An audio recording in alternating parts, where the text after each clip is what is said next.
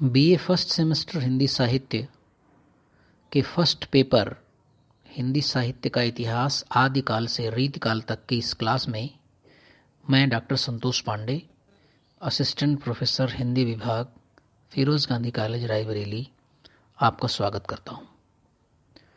हम लोगों ने पिछली क्लास में, जो कि पार्ट 22 नाम से क्लास थी, उस क्लास में मैंने भक्तिकाल के उद्भव और विकास के संबंध में एक विस्तार से आपके बीच में चर्चा की थी, अपनी बातें रखी थी। हमने उस क्लास में यह देखा था कि भक्तिकाल के उद्भव के क्या कारण थे, फिर उसका विकास किस किस प्रकार से हुआ, कौन कौन से कवि हमारे सामने भक्तिकाल में आते हैं। हमने उन तमाम विद्वान आलोचकों की भी राय जानी कि जिन्होंने भक्तिकाल के उद्भव और विकास के संबंध में अपनी अपनी बातें कही थी, वो चाहे आचार्य रामचंद्र शुक्ल हों या हों हजारी प्रसाद द्विवेदी जी। तमाम विद्वानों की अलग अलग मत हैं, लेकिन अलग अलग होने के बावजूद वे अंदर से कहीं न कहीं एक ही हैं। सभी का मत हम लोगों ने सुना, समझा, पढ़ा और लिखा। आज की क्लास में हम आपको यहाँ से कुछ नोट्स देंगे, आप उसे लिखेंगे और जहाँ कहीं आवश्यकता होगी हम उसको एक्सप्लेन करते हुए चलेंगे। तो सबसे पहले हम भक्तिकाल के संबंध में कुछ महत्वपूर्ण तथ्य हैं, उनको हम लिखेंगे, अपनी एक आधार भूमि बनाएंगे, थोड़ी अपनी समझ विकसित करेंगे भक्तिकाल के बारे में, और फिर धीरे धीरे यह क्लास आगे की ओर बढ़ती जाएगी। तो चलिए हम प्रारंभ करते हैं।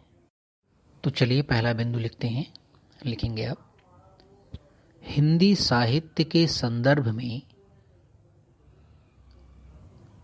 भक्ति काल से तात्पर्य उस काल से है जिसमें मुख्यतः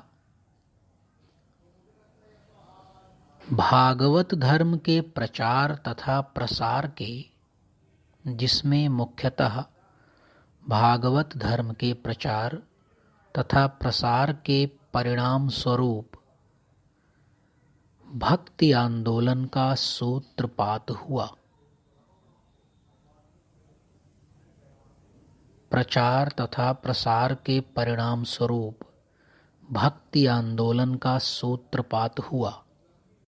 अब इसमें एक शब्द आ रहा है भागवत धर्म, तो जरा समझते हैं ये भागवत धर्म क्या है।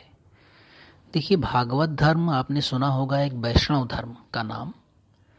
तो भागवत धर्म वैष्णव धर्म का अत्यंत लोकप्रिय और बड़ा विख्यात एक स्वरूप है।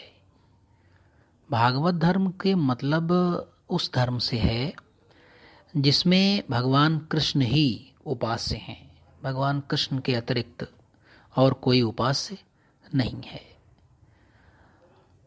और ये जो भागवत धर्म है, इनके बीच में एक मंत्र बड़ा प्रसिद्ध है, जो बहुत प्राचीन मंत्र है, वो है ओम नमो भगवते वासुदेवाय। ये है द्वादशाक्षर मंत्र कहा जाता है, और इस मंत्र की उपासना भागवत धर्म के लोग करते हैं, यानी वैष्णव धर्म के लोग करते हैं, और कृष्ण इसमें सर्वप्रमुख देवता के रूप में उपस्थित होते हैं। तो इसे हम कहते हैं भागवत धर्म। तो हिंदी साहित्य के संदर्भ में भक्तिकाल से जो तात्पर्य है, किस काल से है? उसी काल से तात्पर्य है, यानी वैष्णव धर्म का जो बोलबाला था, वैष्णव धर्म का जो प्रचार प्रसार था, या भागवत धर्म का जो प्रसार प्रसार था, उसका जो परिणाम हुआ वो था भक्ति आंदोलन। भागवत धर्म के प्रचार प्रसार के परिणाम स्वरूप जिस आंदोलन का जन्म हुआ, उस आंदोलन को हम कहते हैं भक्ति आंदोलन। ठीक है, अब अगला बिंदु लिखेंगे हम, भक्ति शब्द का सर्वप्रथम उल्लेख, भक्ति शब्द का सर्वप्रथम उल्लेख श्वेता श्वेतर नामक उपनिषद में मिलता है। श्वेता श्वेतर, पहले लिखेंगे श्वेता फिर श्वेतर, एक शब्द है ये। श्वेता श्वेतर नामक उपनिषद में मिलता है। अगला बिंदु लिखेंगे, मोनियर विलियम्स के अनुसार, मोनियर विलियम्स के अनुसार भक्ति शब्द की व्युत्पत्ति भज धातु से हुई है। भक्ति शब्द की उत्पत्ति भज धातु से हुई है।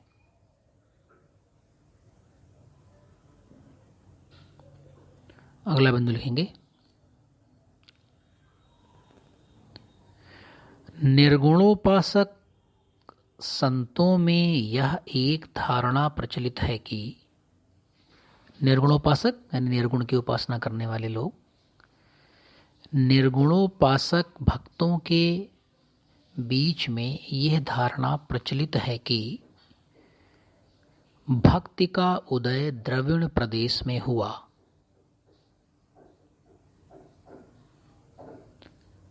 जिसे रामानंद उत्तर में ले आए, यानी उत्तर क्षेत्र में ले आए। द्रविड़ क्षेत्र दक्षिण क्षेत्र में है और रामानंद वहां से इसे उत्तर क्षेत्र में ले आए। और उसके बाद लिखेंगे, और उसके बाद रामानंद के शिष्य कबीर दास ने उसका संपूर्ण भारतवर्ष में प्रचार प्रसार किया।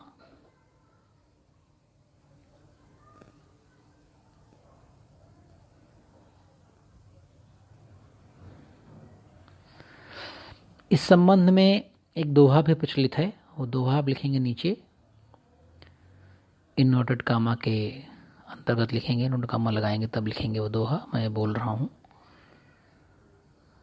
भगति द्राविड़ उपजी, भगति द्राविड़ उपजी, यानी भक्ति जो है वो द्राविड़ में उत्पन्न हुई थी।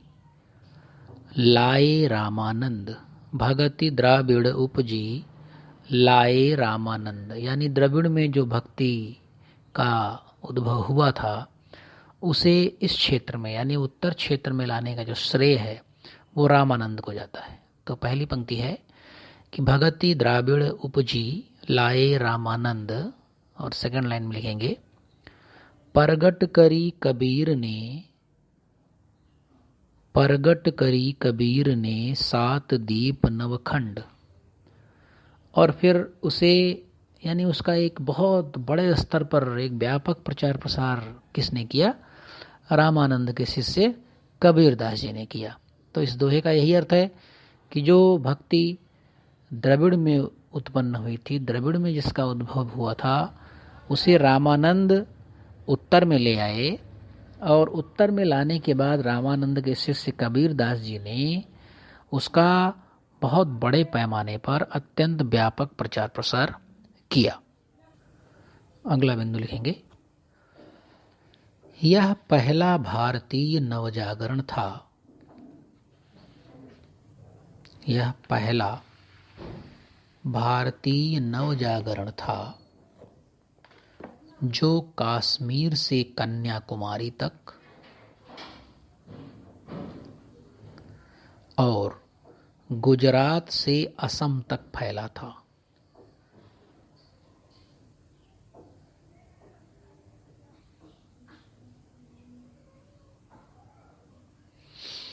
यह पहला भारतीय नवजागरण था जो कश्मीर से कन्याकुमारी तक और गुजरात से असम तक फैला था। अगला बिंदु लिखेंगे, भक्ति काल में प्रस्थान त्रयी नामक एक शब्द अत्यंत प्रचलित था। भक्ति काल में प्रस्थान त्रयी नामक शब्द अत्यंत प्रचलित था। इससे तात्पर्य है, मतलब इसे क्या कहते हैं, प्रस्थान त्रयी क्या है? इससे तात्पर्य है उपनिषद प्लस गीता प्लस ब्रह्मसूत्र, उपनिषद प्लस गीता प्लस ब्रह्मसूत्र, इन तीनों को मिलाकर प्रस्थानत्रयी कहा जाता है। उपनिषद, गीता और ब्रह्मसूत्र, इन तीनों को मिलाकर के भक्ति काल में प्रस्थानत्रयी कहा गया है। अब इस प्रस्थानत्रयी में 3 शब्द आ रहे हैं। एक है उपनिषद, दूसरा है गीता और तीसरा है ब्रह्मसूत्र। तो उपनिषदों के बारे में सुना होगा आपने, गीता के बारे में भी सुना होगा आपने, शायद ब्रह्मसूत्र के बारे में ना सुना हो आपने। तो ब्रह्मसूत्र क्या है ये मैं बहुत संक्षेप में आपको बता रहा हूँ। देखिए, एक ऋषि हुए, उनका नाम था बादरायण। ये 300 ईस्वी के आसपास इनका प्रादुर्भाव हुआ था इस देश में, भारत में। बादरायण नाम के एक ऋषि ने ब्रह्मसूत्रों की रचना की। और जो ये वेदांत दर्शन है उसका ये बहुत बेसिक ग्रंथ है, आधारभूत ग्रंथ माना जाता है वेदांत दर्शन का, बादरायण कृत ब्रह्मसूत्र। इसके कई नाम हैं। इसे उत्तर मीमांसा सूत्र कहता है कोई इसे भिक्षु सूत्र भी कहता है, कोई इसे शारीरिक सूत्र भी कहता है। इसके तमाम नाम हैं। और जब बादरायण ने 300 ईस्वी में इन ब्रह्मसूत्रों की रचना करी तो इस पर उस काल में और उस काल के बाद के तमाम बड़े बड़े विद्वानों ने इस पर भाष्य लिखा, मतलब इसको डिटेल में एक्सप्लेन किया कि ये जो ब्रह्मसूत्र है ये क्या है। अब ब्रह्मसूत्रों में मुख्य रूप से है क्या कि ब्रह्मसूत्रों में उपनिषदों की दार्शनिक और आध्यात्मिक व्याख्या की गई है। उपनिषदों की दार्शनिक और आध्यात्मिक व्याख्या की गई है, उनके विचारों को उसमें कोऑर्डिनेट किया गया है, एकीकृत किया गया है, एक जगह इकट्ठा किया गया है और ये समझाया गया है कि ये वेदांत दर्शन क्या है। और फिर इस पर मैंने बताया आपको कि बड़े बड़े विद्वानों ने बाद में कई भाष्य लिखे, यानी इसका तत्कालीन जो भाषा प्रचलित रही होगी उसमें इसको एक्सप्लेन किया। ठीक, तो हम समझ गए। तो भक्तिकाल में जो ये प्रस्थानत्रयी शब्द है इसका तात्पर्य है कि उपनिषद, गीता और ब्रह्मसूत्र, इन तीनों को मिला करके कहते हैं प्रस्थानत्रयी। चलिए अगला लिखते हैं। महर्षि बादरायण ने 300 ईस्वी में, महर्षि बादरायण ने 300 ईस्वी में ब्रह्मसूत्रों की रचना की, जिस पर शंकराचार्य ने शारीरिक भाष्य लिखा, जिस पर शंकराचार्य ने शारीरिक भाष्य लिखा। अगला बिंदु लिखेंगे, भक्ति काल में संस्कृत और अपभ्रंश का पल्ला छोड़, संस्कृत और अपभ्रंश का पल्ला छोड़ भक्तों ने देश भाषा में लिखना प्रारंभ किया। भक्तों ने देश भाषा में लिखना प्रारंभ किया। ये बात मैंने पिछली क्लास में आपको बताई थी कि किस प्रकार से हुई थी, यानी संस्कृत और अपभ्रंश इनका पीछा छोड़ा लोगों ने।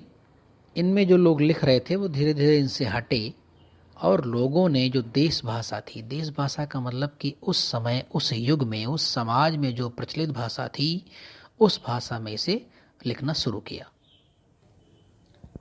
अगला बिंदु लिखेंगे, भागवत धर्म के प्रवर्तक वासुदेव कृष्ण स्वयं हैं। भागवत धर्म के प्रवर्तक वासुदेव कृष्ण स्वयं हैं।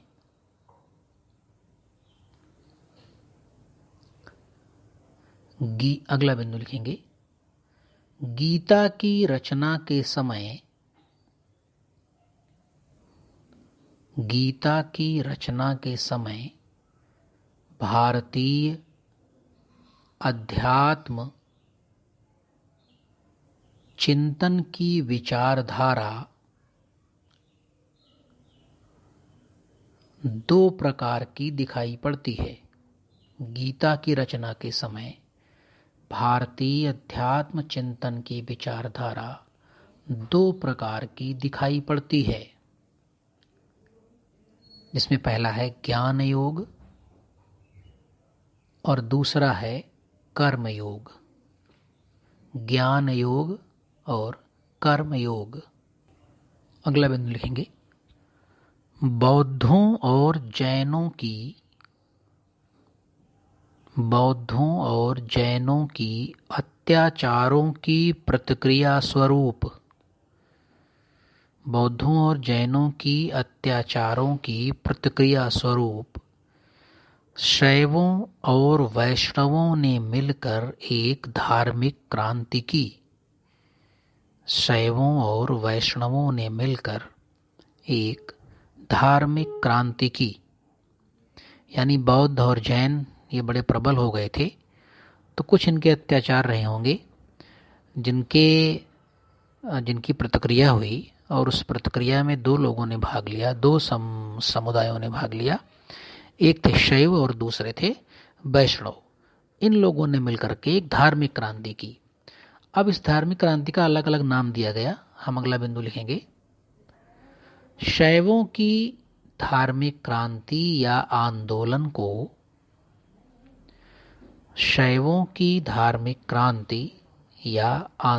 को शैव का मतलब होता है शिव की उपासना करने वाले हैं, भगवान शंकर की उपासना करने वाले जो लोग हैं उन्हें शैव कहा जाता है।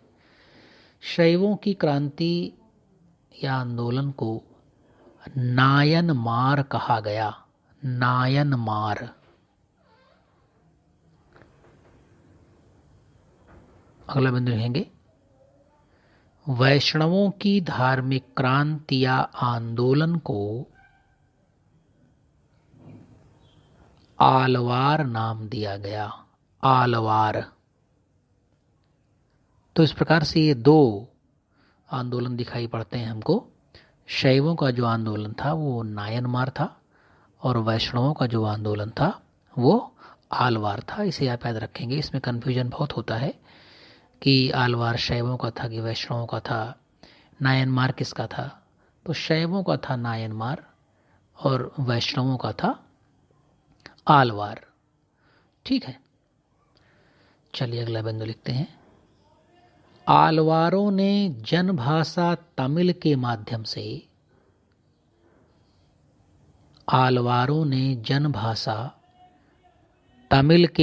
से अगला बिंदु लिखेंगे,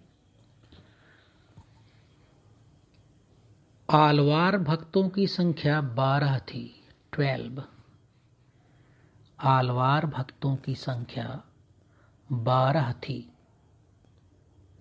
पहला बिंदु पूरा हो गया था ना। ये पहला बिंदु था कि आलवारों ने जनभाषा तमिल के माध्यम से अपने उद्गारों को वाणी दी। शायद पूरा नहीं हुआ था क्या, हमें लगता है। लिख लेंगे, पूरा कर लेंगे इसे पहले। आलवारों ने जनभाषा तमिल के माध्यम से अपने उद्गारों को वाणी दी। यानी अपने जो विचार रखे आलवारों ने वो किस भाषा में रखे? तमिल भाषा में रखे। तमिल भाषा उस समय जन भाषा थी। पीछे आपने देखा कि संस्कृत और अपभ्रंश का पल्ला छोड़ करके संत कवियों ने किस भाषा में लिखना शुरू किया था? देश भाषा में या जन भाषा में। तो आलवारों ने भी, ये वैष्णवों का आंदोलन था आलवार, तो आलवारों ने भी जनभाषा तमिल के माध्यम से अपने विचारों की अभिव्यक्ति दी। और इनकी संख्या कुल कितनी थी? 12 थी। 12। आलवार भक्तों की संख्या कितनी थी? 12 थी। चलिए अगला बिंदु लिखते हैं, आलवारों की वाणियों का संकलन। आलवारों की वाणियों का संकलन 8वीं शताब्दी में नाथ मुनि ने दिव्य प्रबंधम नाम से किया। किस नाम से? दिव्य प्रबंधम। किसने किया? नाथ मुनि ने। कब किया? 8वीं शताब्दी में। और ये क्या था? यह था आलवारों की वाणियों का संकलन। आलवार संतों ने जो कुछ कहा, जो कुछ अपने विचार व्यक्त किए तमिल भाषा में, उन अलग अलग तमाम संतों ने तमाम बातें कही होंगी। तो नाथ मुनि ने 8वीं शताब्दी में उन तमाम अलग अलग संतों द्वारा कही गई वाणियों को एक जगह इकट्ठा किया और एकत्र करने के बाद जो पुस्तक तैयार हुई उसका नाम रखा गया दिव्य प्रबंधम। चलिए अगला बिंदु लिखते हैं। आलवार भक्तों में एक महिला भी थी। आलवार भक्तों में या संतों में एक महिला भी थी जिसका नाम आंडाल, आंडाल या आंदाल, दो नाम मिलते हैं। कहीं कहीं आंदाल मिलता है और कहीं कहीं आंडाल, जिसका नाम आंदाल या आंडाल था। अगला बिंदु लिखेंगे। आलवार तमिल भाषा का शब्द है। आलवार तमिल भाषा का शब्द है जिसका अर्थ होता है भगवत भक्ति में लीन व्यक्ति। भगवत भक्ति में लीन व्यक्ति। अगला बिंदु लिखेंगे। उत्तर भारत में गुप्त साम्राज्य ने 4वीं शताब्दी से लेकर 6वीं शताब्दी तक, उत्तर भारत में गुप्त साम्राज्य ने 4वीं शताब्दी से लेकर 6वीं शताब्दी तक वैष्णव भक्ति के व्यापक प्रचार प्रसार में, वैष्णव भक्ति के व्यापक प्रचार प्रसार में अपना महत्वपूर्ण योगदान दिया। अपना महत्वपूर्ण योगदान दिया। अगला बिंदु लिखेंगे। शंकराचार्य ने स्मार्त संप्रदाय की स्थापना की। स्मार्त संप्रदाय की स्थापना की। इसमें पंचदेवोपासना की व्यवस्था है। पंचदेवोपासना यानी 5 देवों की उपासना की व्यवस्था है। शंकराचार्य ने स्मार्त संप्रदाय की स्थापना की। इसमें पंचदेवोपासना की व्यवस्था है। अब इस स्मार्त संप्रदाय में जो पंचदेवोपासना की व्यवस्था की शंकराचार्य जी ने, इसमें 5 देव थे। तो 5 देव कौन कौन से थे, हम इसके बारे में लिखते हैं। अगला बिंदु लिखेंगे। पंचदेवोपासना में शिव, विष्णु, शक्ति, सूर्य एवं गणेश, ये 5 मुख्य देवता आते हैं। ये 5 मुख्य देवता आते हैं। कौन कौन से, एक बार फिर सुनेंगे हम। शिव, विष्णु, शक्ति। शक्ति में कंफ्यूज मत होइएगा। शक्ति का मतलब होता है वो चाहे लक्ष्मी हो, चाहे दुर्गा हो, चाहे गौरी हो, चाहे सरस्वती हो, जितने भी रूप हैं शक्ति के, ये सारे रूपों की हम बात कर रहे हैं। हम किसी एक की बात नहीं कर रहे हैं। ना तो सरस्वती के लिए बात कर रहे हैं, ना हम दुर्गा के लिए बात कर रहे हैं, ना हम काली की बात कर रहे हैं। शक्ति के जितने भी केंद्र हैं ये सभी, इन सभी को मिलाकर के यहाँ पर शक्ति कहा गया है। तो शिव, विष्णु, शक्ति, सूर्य और गणेश, इस प्रकार से ये पंचदेवोपासना की जो व्यवस्था की, वो पंचदेव ये थे जो हमने भी आपको बताया। अगला बिंदु लिखेंगे। शंकराचार्य ने अद्वैतवाद की स्थापना की। शंकराचार्य ने अद्वैतवाद की स्थापना की। अब यहाँ पर हम अद्वैत सिद्धांत के बारे में थोड़ा सा जानेंगे कि ये क्या है। देखिए, ये तो मैंने बता ही दिया आपको कि अद्वैत सिद्धांत का जो प्रतिपादन किया था वो आचार्य शंकराचार्य जी ने किया था। शंकराचार्य जी का एक बहुत महत्वपूर्ण सूत्र है, अहम ब्रह्मास्मि। होता क्या है कि ब्रह्म को जिस किसी भी विद्वान ने या जिस किसी भी आचार्य ने जिस रूप में देखा, उसने उसे उस रूप में व्याख्यायित किया। भारत में ब्रह्म को व्याख्यायित करने के संबंध में तमाम प्रकार के वाद चल पड़े। आप उसमें अद्वैतवाद, द्वैतवाद, विशिष्टाद्वैत, द्वैताद्वैत, इस प्रकार के तमाम वाद और विचारधाराएं चल पड़ी।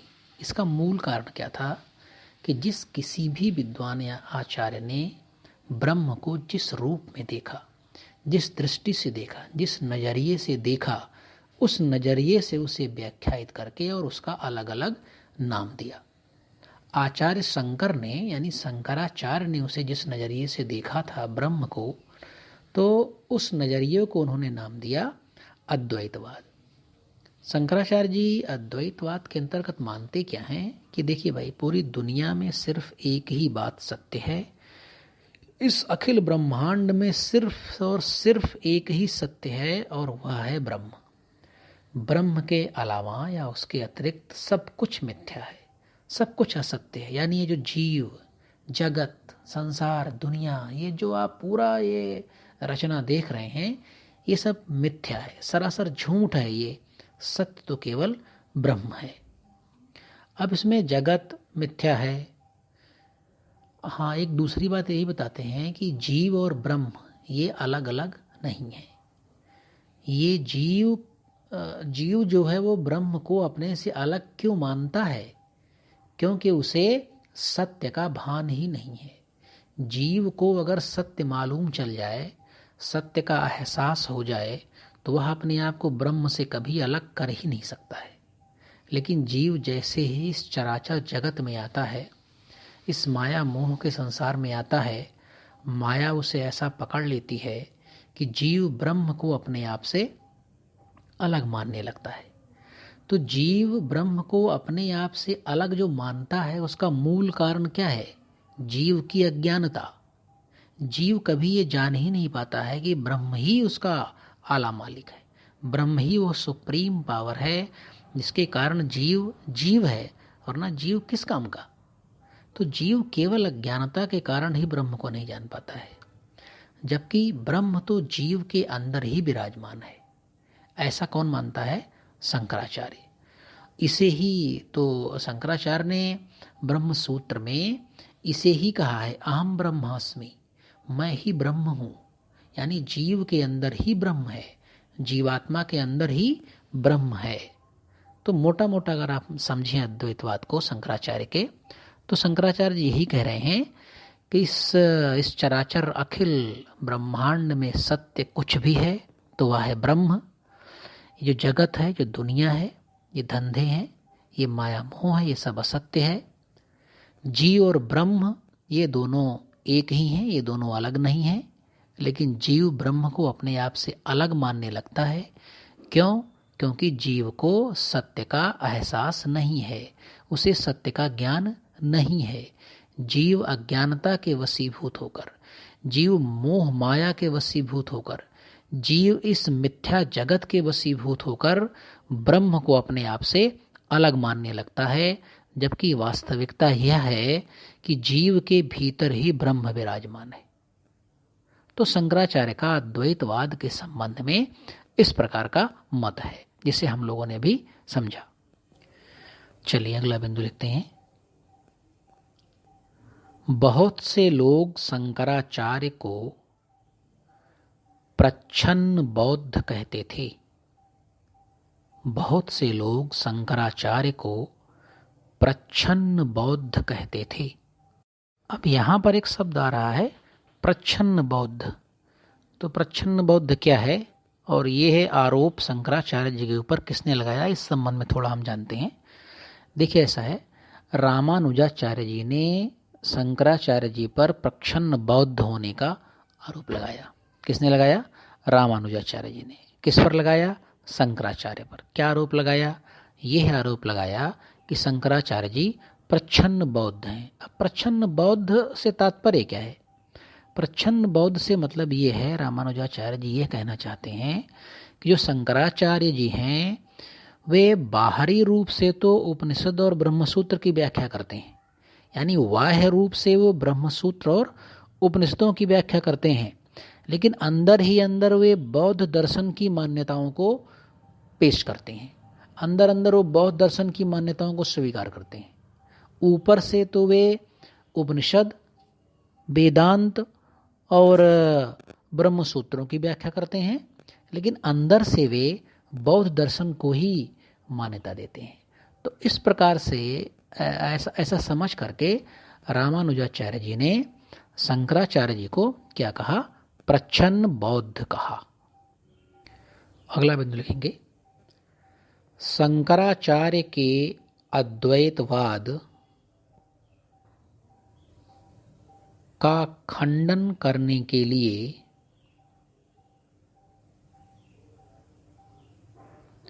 शंकराचार्य के अद्वैतवाद का खंडन करने के लिए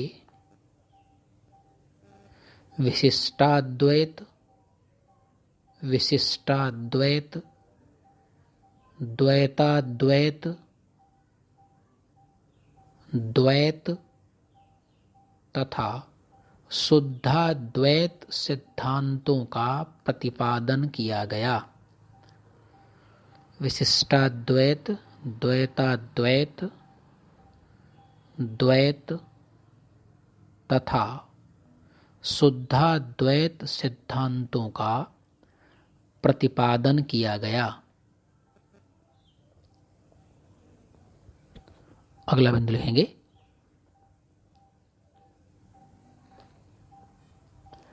आलवारों की भक्ति भावना को उच्च दार्शनिक आधार प्रदान करने का श्रेय, आलवारों की भक्ति भावना को उच्च दार्शनिक आधार प्रदान करने का श्रेय रामानुजाचार्य, निम्बार्काचार्य,